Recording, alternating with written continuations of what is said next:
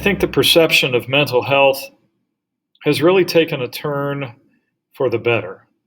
I think for a long time, it was easier to ignore the idea, to imagine that it maybe really wasn't a real thing. But I think in recent years and accelerated through the pandemic, that attitude is changing and changing for the better. I think that the stigma of mental health is actually getting to be less of a stigma in our society today. And I think it's because those of us that deal with mental health issues are more willing to discuss them and be vocal about them to kind of show that it's nothing to be afraid of. It's who we are, and it's okay. It's okay not to be okay. I perceive the stigma of mental health for myself and others as a topic that is not talked about as much as it should be. Mental health and mental illness is not something to be ashamed of. I feel like lately the importance of good mental health is being discussed more and more among my friends and peers. Mental health is something that needs to have a good stigma associated with it. It is important to love yourself and care for yourself and your mental health as much as you care about those around you.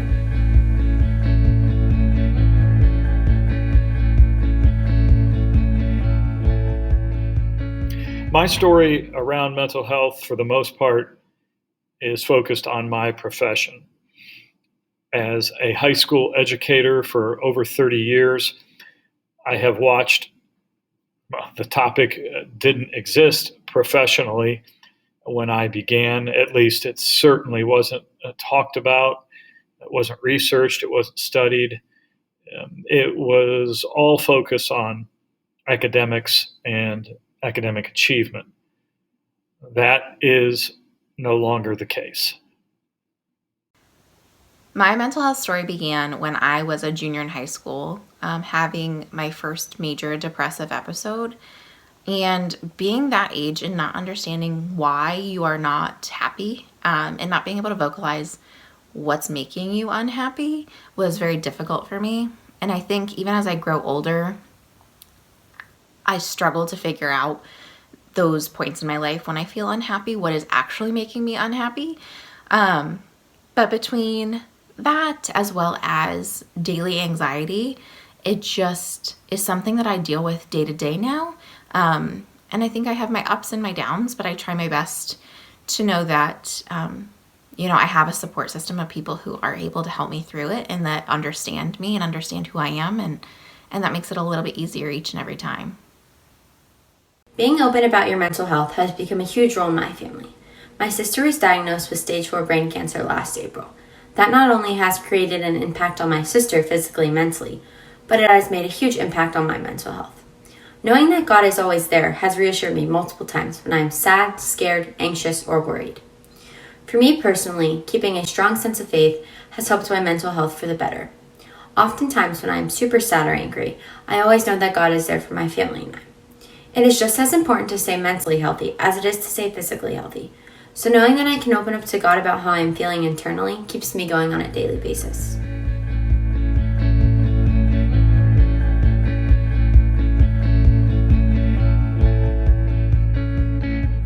In my place of work, a public high school, the idea of mental health is now forefront in our conversations professionally. It is believed that before anything can really happen substantially involving academic progress, that is the notion of learning, we must make sure that each of our young people are in a place where they are able, they believe that they can achieve on their own merit. So the COVID pandemic was what I thought was going to be an okay thing for me. I like to call myself an extroverted introvert. So I love being by myself and spending time alone and in the quiet. Put me in a social situation, I'm fine, I can handle it. But being kind of confined in my house is great for me. But what I found is whilst in quarantine, a lot of the things that I had in place that really helped me with my anxiety and my depression went away. And so I was no longer able to hang out with my colleagues, and I was no longer able to come to church, and I was no longer able to go work out at my jazzercise center.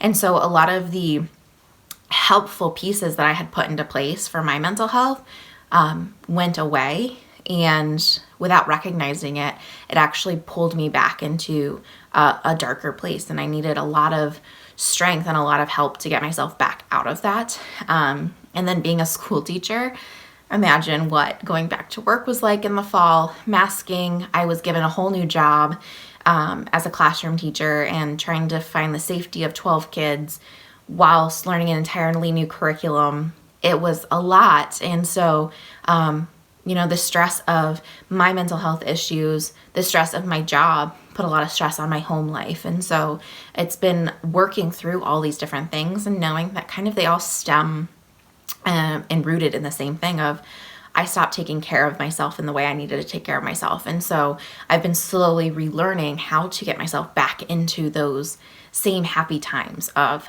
making sure I'm going and working out, making sure I'm spending time with friends that find similarities with me, and making sure that, just my colleagues and I have that interaction that we need at work, even throughout our busy day. The COVID-19 pandemic has affected my own mental health hugely. The pandemic from the beginning was not easy, even before my sister's diagnosis. My dad is an emergency room doctor at Ohio Health. When the whole pandemic broke out, it was very scary, not only for my dad, but for the entire family. There was a lot of unknowns and a lot of worried thoughts. If I'm being completely honest, my mental health was not at its peak for a while during the beginning of the pandemic. It was not a well-discussed topic, and not many people understood the importance of mental health. But after a few months, my family and I became very open about our mental health. After my sister's diagnosis, I began talking to 2 therapists, one of them being through Nationwide Children's Hospital. It really opened my eyes knowing that I am not alone, and there are people there that care about you and your mental health.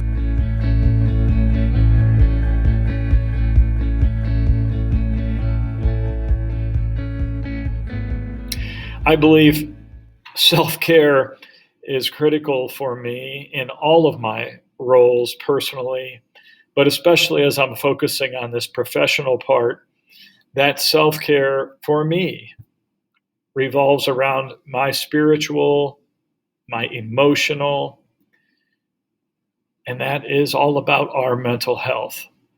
I think a focus on a daily devotion, whatever that happens to be that works for you, is a powerful way, and in my opinion, I hope has been renewed and restored through these tough times that we have all tried to manage together. So the hope that I found comes a lot from making sure I have a balanced life. And that balanced life kind of comes in 3 different waves. I think about it as a mentally balanced life, making sure I'm happy, safe, mentally secure, making sure my body is healthy, making sure that I'm eating and sleeping and exercising and taking care of myself in that way. And then also fulfilling my heart and making sure that I am doing things that are making me happy and I'm finding joy in. And I find that if I can keep those 3 aspects of my life balanced, I find lots of hope in my future and what will be the next day. I've experienced hope in various ways. I feel like just praying and talking to God has been a big way where I feel hope and reassurance. Another practice is spending time with people who share the same faith and love for God as you do. Girls of Grace here at church has helped me because I know that all the girls there care so much about you and your mental health. Overall, spending time with the people I love and care about has helped me in my mental health tremendously over the past year.